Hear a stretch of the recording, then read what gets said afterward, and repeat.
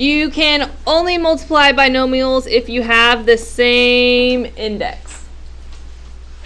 It means you have to have the same root. So everything has to be a square root or everything has to be a cube root. On our papers, we're going to have everything being square roots. You're going to be seeing square roots for us.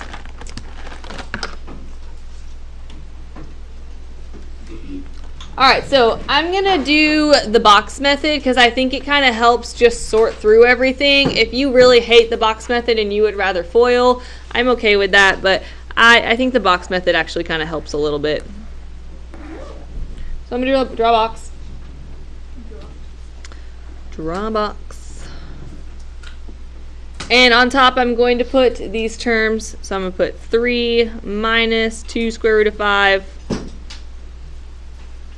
And then down the side, I'm going to put these other guys. 2 minus 4 square root of 5.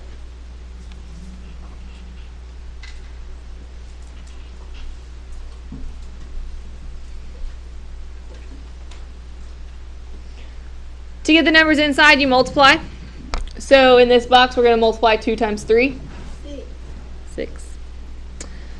For the roots, if the numbers are on the outside, you multiply the numbers on the outside. If the numbers are on the inside, you multiply the numbers on the inside. So here, we're going to multiply these numbers on the outside. 2 times negative 2. Negative 4. And then the square root of 5 is just right there. Bye, Noah.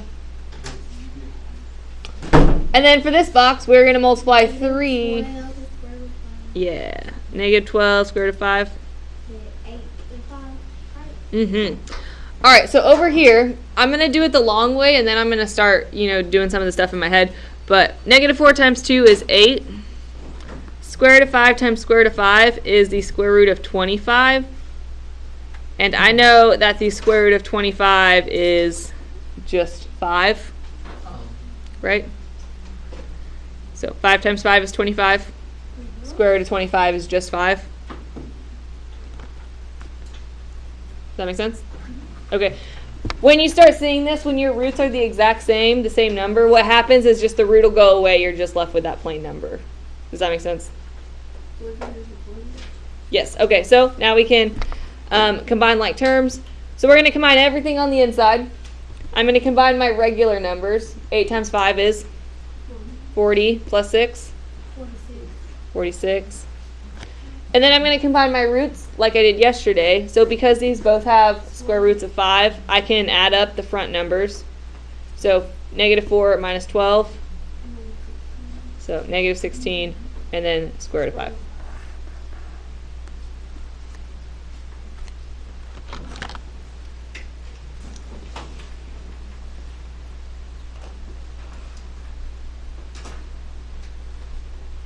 All right, let's do 14.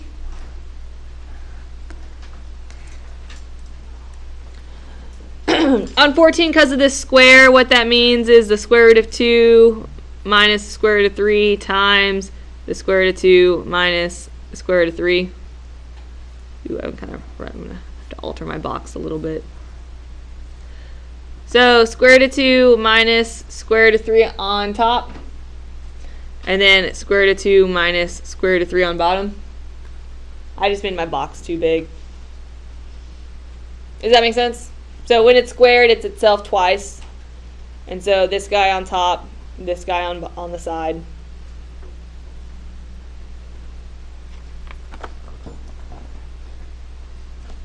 All right, so square root of 2 times square root of 2, which is 2. So that's just a 2. Because square root of 4 is just 2. And remember, if you have the same exact root, right, same number and everything, the root will just go away. You're just left with that number. So like down here, 2 negatives make a positive, and then square root of 3 is square root of 9, which is just 3.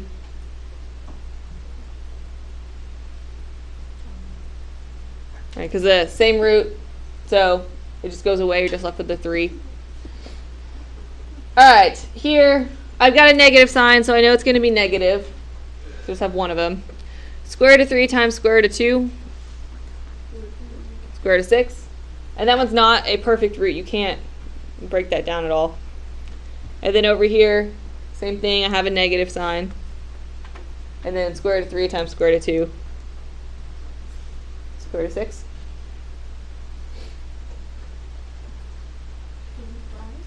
Alright, so 2 plus 3 is 5.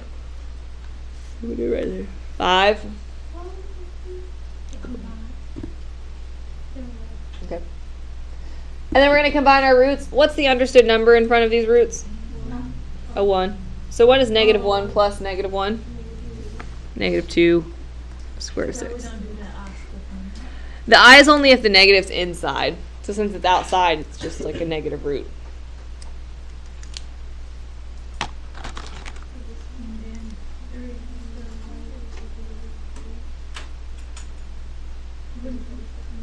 You can't because the 5 doesn't have a square root.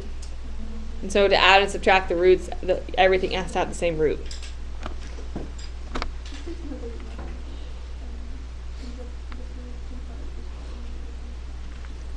Okay, 15.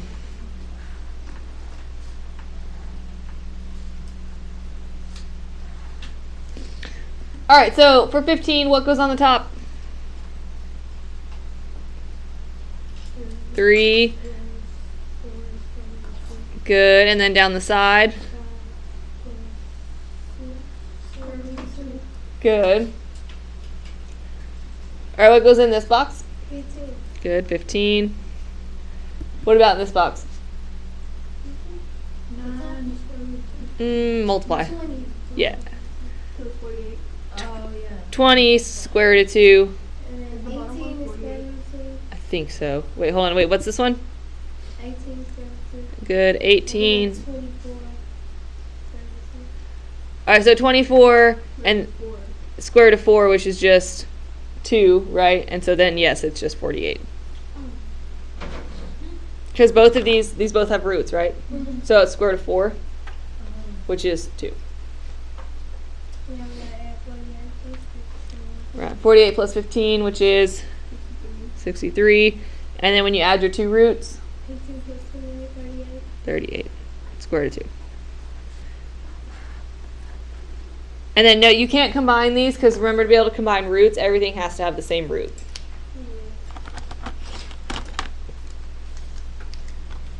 All right, so that's actually the hardest part from today, I think. Any questions about those three? Sweet. The hardest part? Yeah. So, part D, we start talking about conjugates. So what a conjugate is, it's an expression that differs only in, and I ran out of space here, so I'm going to write it here, but it only differs in signs. So you're going to have one positive and one negative.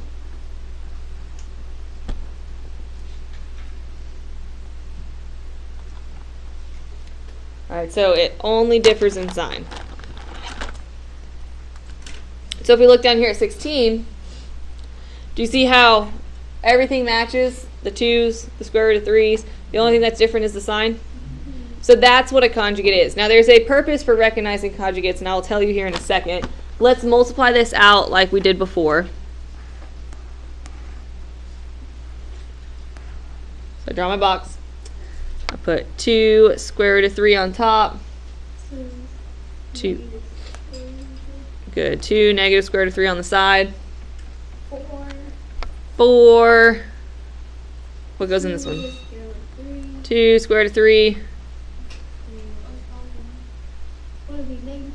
Uh-huh. Very good. Negative 2 square root of 3.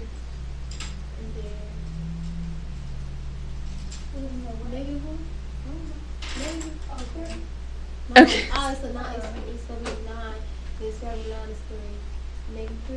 Yep. Good. All right. So it has a negative sign. Square root of 3 times square root of 3 is square root of 9. They asked for a good in the senior lounge. Okay. Bye, Gib. You're going to be advised. And square root of 9 is 3.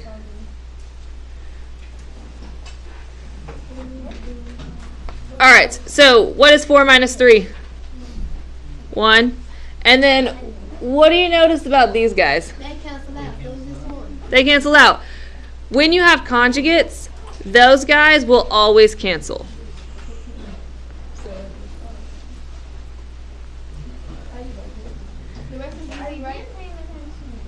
Yeah. So because it's a conjugate, those guys will cancel, which means if you recognize that something is a conjugate, you don't even have to worry about those two boxes because you know they're going to cancel. That's one of the benefits of being able to recognize conjugates. It makes things easier. So if and only if it's a conjugate will those two boxes cancel. So wait, what do we put? What are we trying to find out? You're just multiplying still? No. Did I spell it wrong? J. No, my J is right there. Where? CONJU. There's no G. Good night. That's a G. Where? This right? Yeah. So for the answer, Yeah. that's the whole answer. Uh-huh. So that look like an N. You made me put an N. Sorry. I told you. So on number 17, I know this is going to be x square root of 2, x negative square root of 2. And so because I can recognize that these are conjugates, I don't even have to worry about those boxes right there. Does that make sense? That's kind of the benefit of doing conjugates. So I'm only concerned about these two boxes. Sorry, automatically when we're doing this, we're going to cross out the middle. Yep. Only if it's a conjugate. And it's going to tell us if it is? No, you have to be able to see it. So same thing. The only thing that's different is the sign. And so now I only have to worry about these two boxes. So x times x. Oh, it's x squared. X squared. Not counting as like. And then down here, negative square root of 2 times square root of 2. No. Negative square root of 4, which is just Which is negative 2. negative 2. So That would be x squared negative 6. that's it.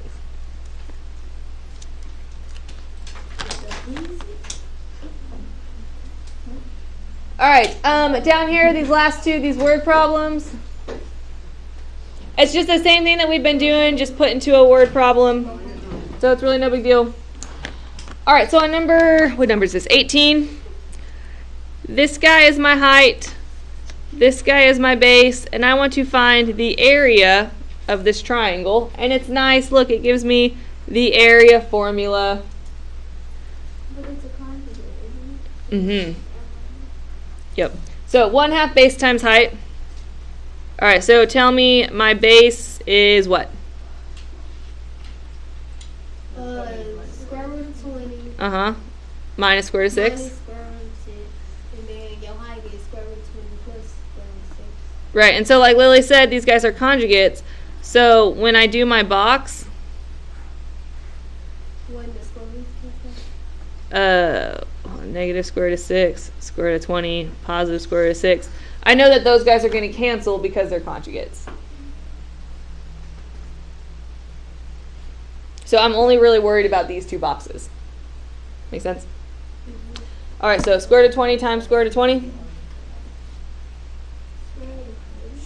It's going to be square root of 400. But remember, if you have the roots and it's the same number, your answer is just going to be that number, 20. Yes, square root of 400 which is 20. Mm-hmm. Oh, you just said it. And then what's going to be down here? 6 and 6. Which is 6, right? Uh-huh. Which is negative 6. Yep. So just negative 6. Yeah. And then we got a 20 minus 6 is 14. 14. And half of it. Yep. So when I multiply all of these guys, I get just So 14. it's just 7. And the half is coming from the formula, so your final answer is just 7. Okay.